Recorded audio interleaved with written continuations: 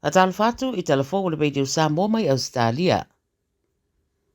Wala malama whaai o le taimi le malanga le tupo Pertania malana masio foi Ausetalia ma wa whaatulanga o le aula Asia le National Centre of Indigenous Excellence I Redfern a o le ianga I nisi polo kete fia Asia foi Glebe I le ai sini. O le masio fo Camila le aia mua I Asia le whaalapaputonga o le Oz Harvest I Surrey Hills ma anga I le Queen Square Library I le whaitua Setland whailoa I manise le autu stala. Whai ule so I se papakiu e whai e Parramatta Park e tali malo I le Premier New South Wales Chris Mins o le au fiaila wala uri o taitai o community volunteers matangata ta alo. Le fiafia le anga I le Sydney Opera House o le anga I atu I le whaitau wafa tangata e whātou whai le tupu mara masiofo o le ianga atu mo le malanga I Samoa I le whonutanga le Chokum. O le awhao ngā le whainga malo o iei nei Ausetalia le fitu piriona whātau wai missiles mo le Navy Ausetalia e whātau mai mei Amerika. O le Minister Puipinga Pat Conroy na ia tā ua o I tuai ngā upenga nei o le a whātau mai o whaia I whainga whaona pō nei ma e au pito le lei le rarangi. Na ia tā ua foi e nā una bāwa ai lava I le sona loa o ina mai le bevesi I Ukraine ma malamala mai le tā ua o le tūtau le puipuinga ma le mawhai una puipuia o tangata mai ni o swainga. Whai mai Conroy, ua mai a whaona maliane Amerika I lea whatuna inga, ai le I whailoa mai a po a whea tau nu mai ia mea tau I Ausetalia, a ua whailoa o le atu ina saolava I le vaenga le Navy. Ua pu e sata mai tai e leo leo ina wailoa e whasfuru lima le leita avale fōu wa ngau ia mai se yard o le kā yard I Melepone, mai talitonu leo leo na oso whai e nisi se pisi nisi I Salmon Street I Port Melbourne I lewa ule la Susana tenei, ma ngao iai ta avale e le I stalaina e whasfuru lima, mai le vale o le tolu le fiafi, ma le afa le ono I le tae au ananafi.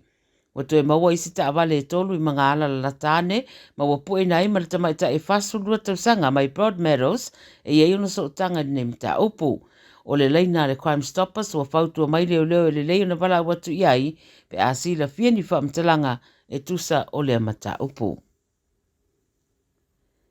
O se whalawlawa tau ta avale le soi sini wa tāpuni ai Stasio Highway Tele, ma mali wai ma se tangata tu atasi, wai mai li poti na suia a wala e ta iei ta avale le teimi leo le tai au, ina wa tāpuni le Great Western Highway I tu uma lua I St. Mary's. Na amata mai le tau le whae le papeau na ua tūria leo leo se ta avale le tu ainga le Holden, na sawa ane Great Western Highway, e le imaua leo leo, pe ta I muli muli ane, na so aia le ta avale lea le isi ta avale le tu ainga le Toyota Corolla, ma haafi ai ma le ave ta avale, e le aise so tanga le so enga na whaia leo leo, ia mamaliwa I lava I lea no fuanga. Lo fata dia le whaamaoninga o seri I mua fia, ai pe a mai a suenga, ai li potia na sola ese le avata avala le Holden, pe ita ina toe maua muli ane. Wata ua o seri e fastfood toto sanga leo wata o fia leo leo, ma sa whaia suenga ma tonga fitinga fo mai I whare mai ina pien, ma wha ngā solo I pea ala tu saili linga. Ma le tala muli, wa solo atu alo whaanga ma wha mai senga mo le aingo si tametiti se furu whātou sanga na maliu na wala vela na wila I le whaitu o Manjimab I le vai asa taluai.